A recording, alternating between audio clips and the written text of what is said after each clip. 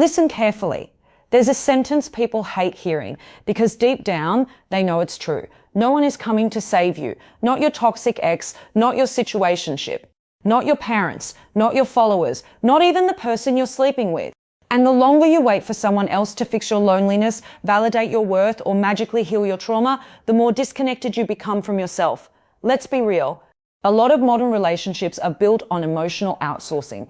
People want someone to rescue them from boredom, from insecurity, from fear, from the emptiness they feel when the phone goes silent at night. But here's the truth. Love is not supposed to replace your identity. And if you don't wake up to that now, dating will slowly become emotional self-destruction wrapped in romantic language. Most people don't talk about this. We live in a culture obsessed with being chosen. Chosen on dating apps. Chosen in DMs. Chosen after being left on read for 3 days, chosen by someone emotionally unavailable because somehow that feels more exciting. And because of that, people are entering relationships already starving for validation. That's dangerous. Because when your self-worth depends on another person's attention, you stop having boundaries, you tolerate disrespect, you ignore red flags, you accept crumbs and call it chemistry.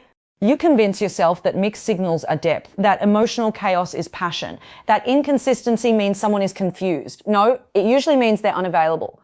And instead of walking away, many people stay because they secretly hope love will finally make them feel enough. But another person cannot build your self-esteem for you.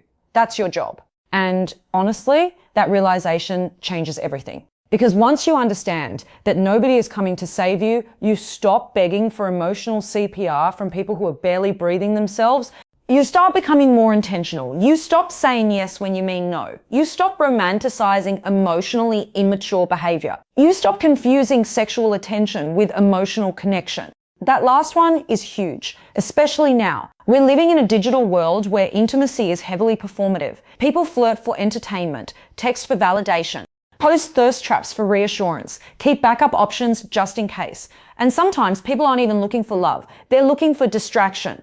That's why emotional intelligence matters more than ever, because attraction alone is not enough anymore. Someone can desire you physically and still completely disrespect your emotional well-being. Someone can say, "I miss you," and still never show up consistently. Someone can sleep beside you and still not care about your boundaries. Someone can call you beautiful while destroying your self-worth piece by piece. Here's the truth people avoid. Attention is not love, and access to someone's body does not equal access to their heart. A lot of people learn this too late, especially when sex becomes a substitute for emotional connection. Now, listen carefully.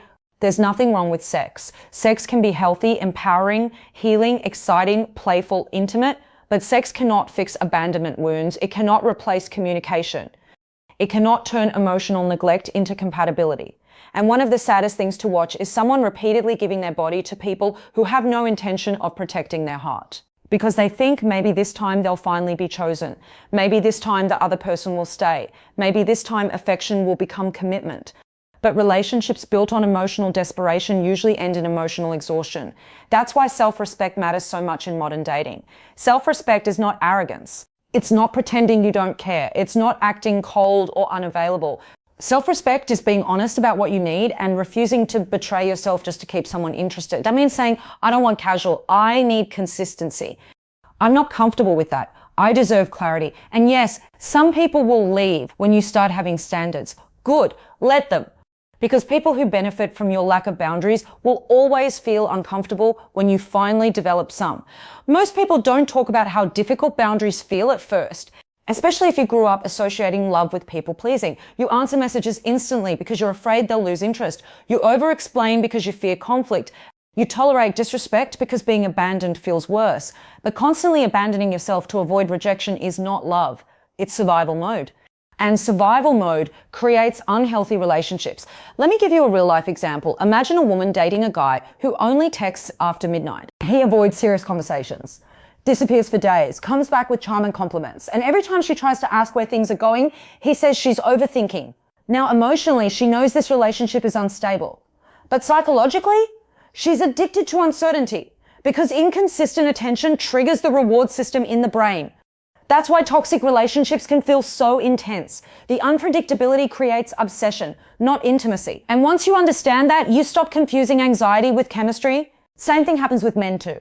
A guy keeps chasing a woman who only gives him attention when she's bored. She posts cryptic stories to make him jealous, flirts online constantly, keeps him emotionally close but never fully commits, and instead of walking away, he tries harder. Why? Because many people are taught that love is something you earn through suffering. But healthy love doesn't constantly make you prove your worth. Healthy love feels safe, clear, respectful, mutual, not perfect, but emotionally honest. And honesty is rare now because digital culture rewards performance over authenticity.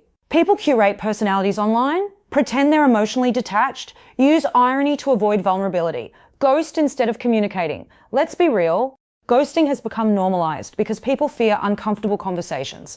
But disappearing without explanation can genuinely damage someone emotionally, especially if intimacy and trust were involved. Basic emotional maturity means communicating clearly. If you're not interested, say it respectfully. If you only want something casual, be honest.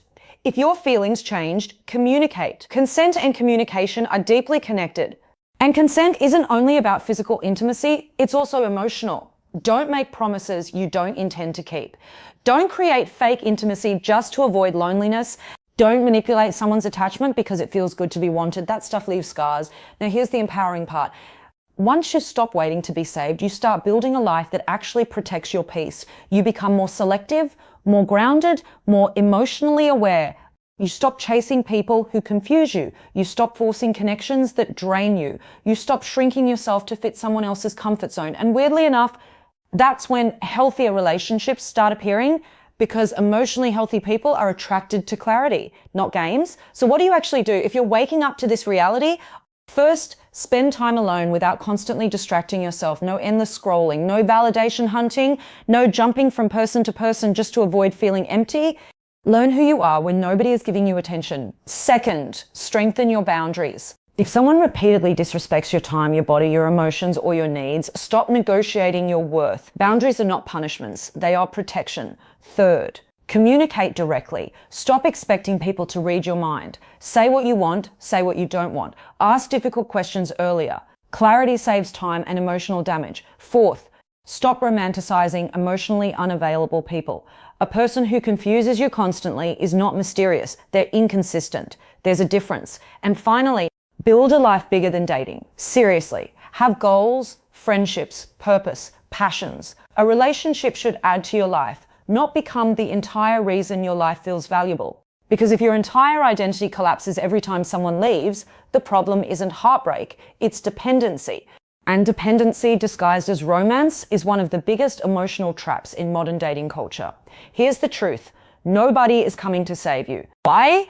But that's not depressing. It's freeing. Because the moment you stop waiting for rescue, you realize something powerful. You can save yourself. You can heal. You can grow. You can learn better boundaries. You can unlearn toxic patterns. You can choose healthier people. You can create relationships built on honesty instead of fear.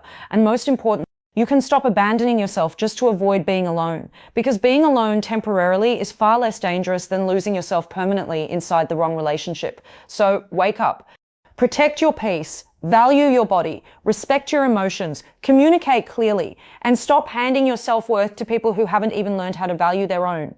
If this message hit you somewhere deep, good. That means part of you is finally waking up, and maybe that's exactly what needed to happen.